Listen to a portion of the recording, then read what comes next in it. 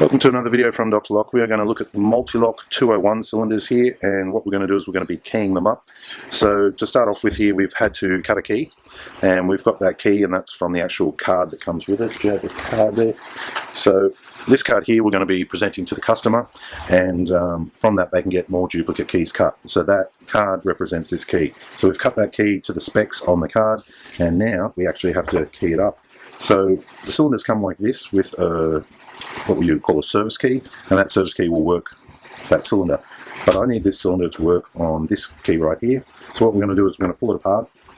The easiest way to pull it apart, the only way to pull it apart, 2 cam screws on the back. This is diagonal cam screws. Normally you'd see cam screws left and right, but it's always diagonal with Mul-T-Lock and MT5. Once we take our tail off the back like so, boom, there's a brass little collar here. This is used for the spacing of the actual plug, so that when you put your key in and take it out, the actual pins all align, because you can see the plug coming through a little bit there.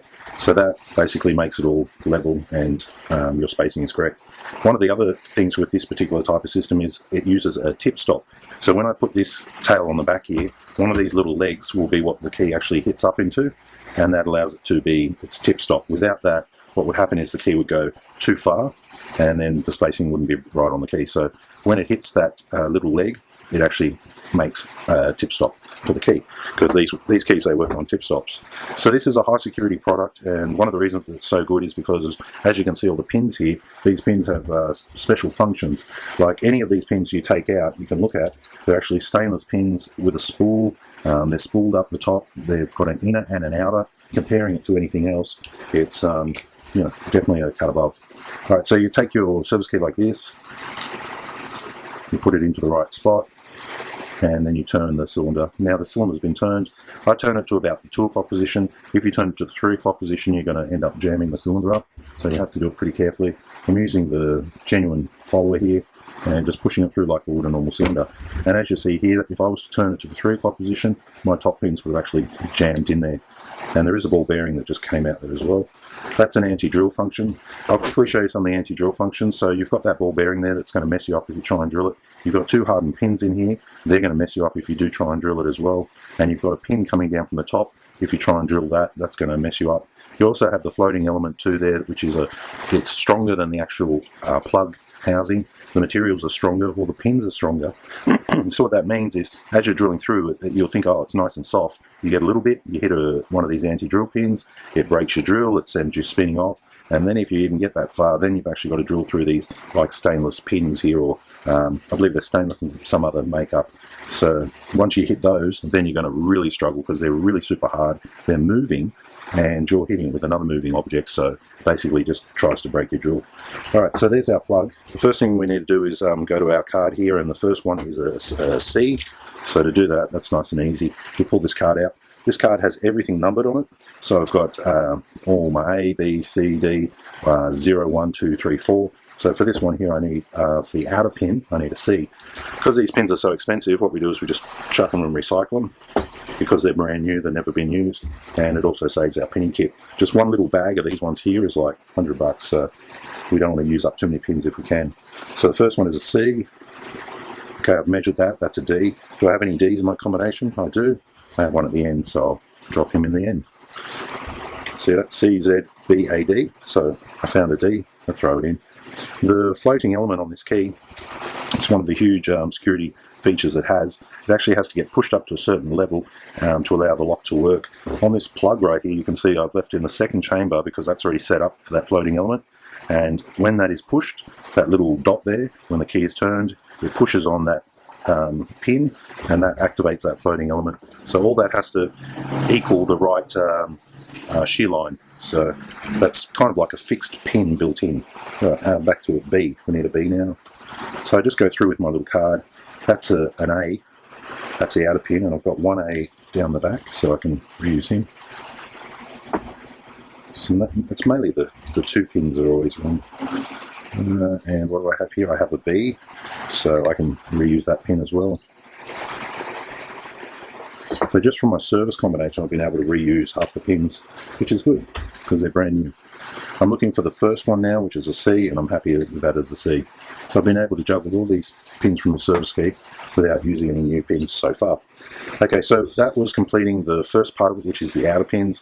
If you look at the plug now, we still have all the inner pins to go. First one, second one's complete, third, fourth and fifth. So nice and easy. Here we go. Grab the tweezers. I like tweezers, makes it easy. That's a 5-pin, and in my combination I do have a 5-pin down the back. So I drop him in the inner pin. So I put that inner pin in the outer pin. So now they've got 2 pins. This system works with 2 pins, an inner and an outer. That's one of the benefits of it. Okay, I pick up this little pin. That's a 1. I look at my combination. 401. So 401. I drop him in there as an inner, and it's looking good. So now we need the 4th one, which is a 4. Oh, and there we have it, 4.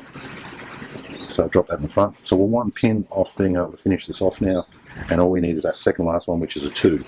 And I'm pretty sure I'm going to need a swap here. So chuck that back in the 3s, pick up a 2. Even if it's in the 2s, you've got to check it because pins can get messed up. Alright, so that's it keyed up. I'm going to put my key in there like so, right to the good spot, and make sure everything lines up.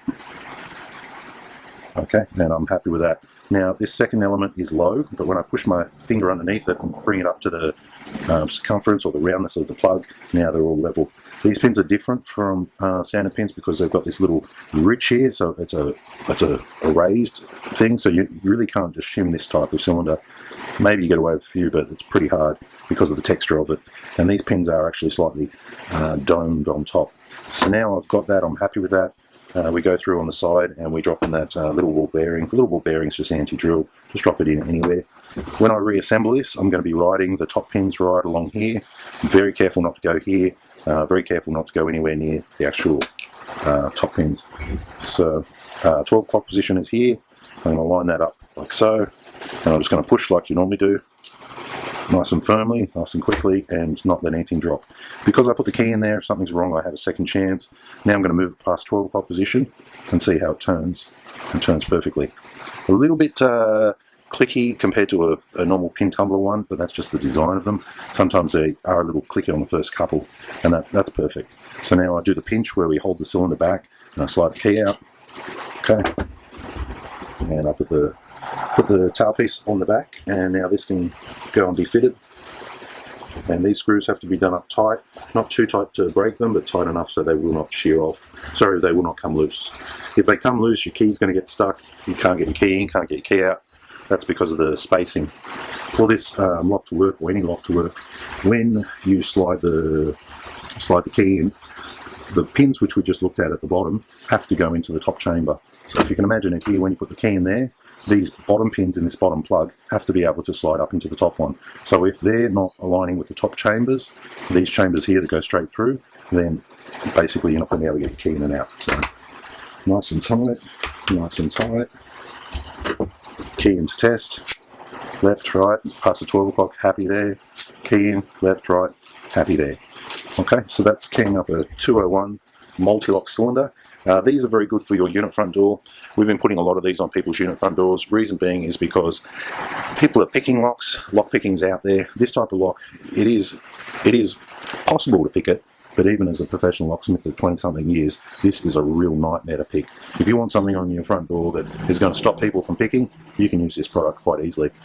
There is tools out there, and I have seen them, but when they're keyed up to these standard combinations like this, and they're done properly with all the pins, it is an absolute nightmare.